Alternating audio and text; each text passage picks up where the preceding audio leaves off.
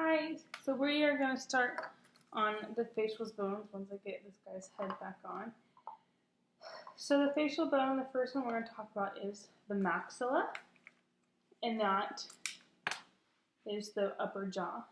So this whole portion right here is the maxilla, and the alveolar process, just the projection right here of our teeth. You can see that. That's the alveolar process. The nasal,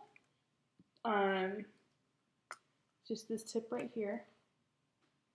The tip right there, that's the nasal. We have our zygomatic, that's basically our cheekbones. So the maxilla ends right here, and the zygomatic is all this bone right here, if you can see that. What two bones form the zygomatic arch? That's the maxilla and the frontal. Then you have the ethmoid bone. So the ethmoid bone's hard to see in our guy because he's not color-coded, and it's a tiny bone. The ethmoid bone is right in here. So it's right here's the lacrimal, right there. Ethmoid bone is right in there on both sides. Vomer. So the vomer is another bony prominence in here we can't see on our skeleton guy, but let you take a look at the book, and I will show you where the vomer is at. So if you can see, this is the vomer right here. This little blue section right here, that is the vomer. And what two bones from the bony nasal septum make up the bony nasal septum? That's the middle nasal concha and the perpendicular plate. The inferior nasal concha, it forms part of the lateral walls of the nasal cavity. And again, we can't see that, so I'm going to pull this thing back down, show you. This is the inferior nasal right here. It's right on the inside. So this is the vomer, inferior nasal concha. Then we go to our mandible. So mandible is the lower jaw. And the body is obviously just the main part of it, the main part of the mandible right here. Then we go on to the angle. So the angle of the mandible, the ramus is the smooth flat part right here. Then you have the mandibular condyle, which is this guy up here. So condyle is more like an attachment. Mandibular condyle, the mandibular notch, you can see it. It's just how the jaw shape is, this little U-shaped notch right there. Then we have the coronoid process, which is the front sticking projection right there. So that are the facial bones. Next, we are going to talk about the vertebral column. Let me scroll down my checklist of things I need to talk about.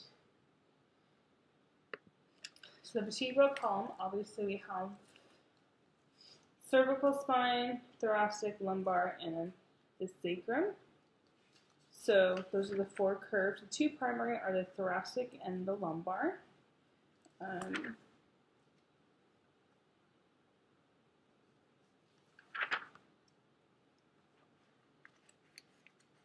So those are the four ones. And then we have starting with the cervical, we have the atlas and axis. So axis is a pivot point, so we can do the whole swivel thing.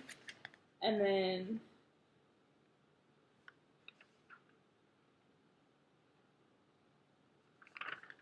where did that go?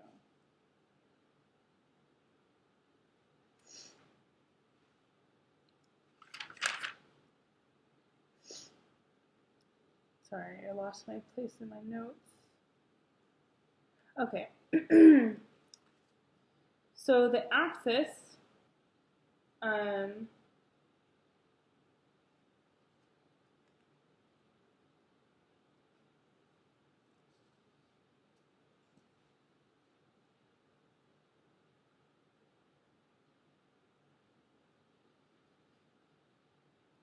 okay, so the atlas is the C2. So what that does is articulate to C1, which is the axis. And that lets us do our motions, our swivel, and our pivot so we can have that.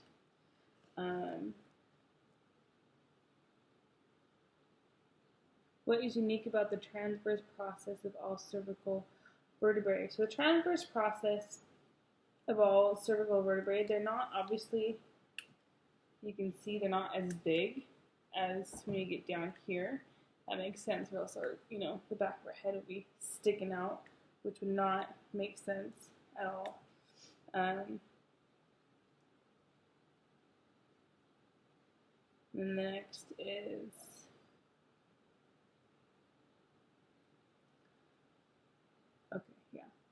thoracic vertebrae. So in the thoracic vertebrae, we have, where did I miss them?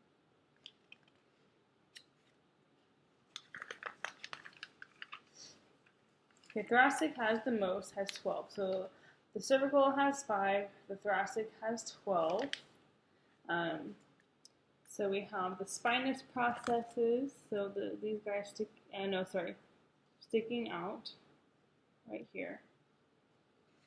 You can see that.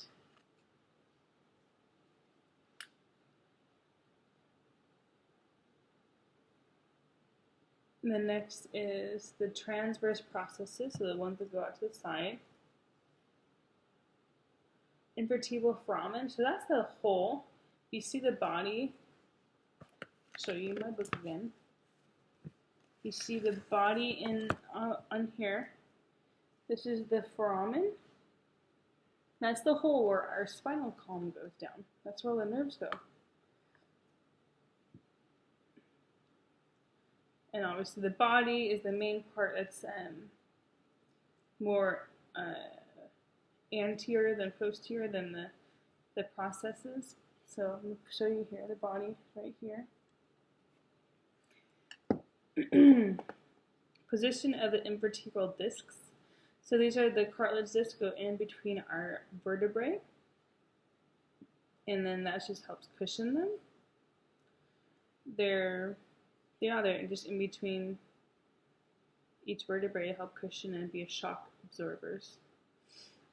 So next is lumbar vertebrae, and in our lumbar we only have 5. So cervical is 7, thoracic is 12, lumbar is 5. We have this sacrum. So you can see right here, this is this, sorry, slide is not very good. Sacrum right here. And it's kind of easy how many vertebrae are fused. You can kind of count. You go 1, 2, 3, 4. Right? 4. Yeah, 4. Which is kind of cool. It makes our tailbone basically. And then at the very bottom of our sacrum, the sacrum has actually 5. Yeah, 5. And then, but the coccyx only has 2, I believe. Let's make sure my numbers are right. There's so many numbers to remember. The coccyx has 4. Sacrum has 5, coccyx has 4 fused vertebrae. And then now we're going to go on to the sternum. So this is the sternum. The top part up here is the manubrium, body, xiphoid process, and this is you can see that the jugular notch. And then we have, next are our ribs. So point out the vertebral costal, the true ribs. So the true ribs are the ones that directly articulate with the sternum. So all these ones are the true ribs. Then we have the false ribs, so the floating ribs. They're the ones who do not directly articulate with the sternum. So it'd be these ones. So these two articulate, but then down here you see how they stop kind of right here, and then the rest of this is actually just cartilage and connective tissue that will connect with each other. as we get up there. And then the very bottom, we have 2 floating ribs.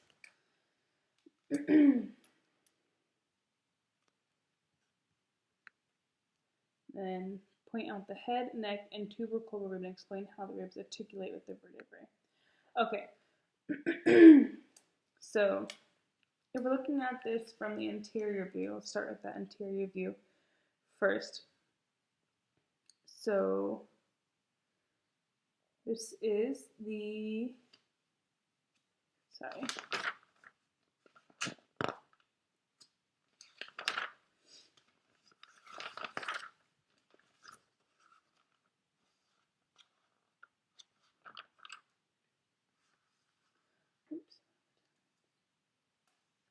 Oops, I just realized I went over 10 minutes.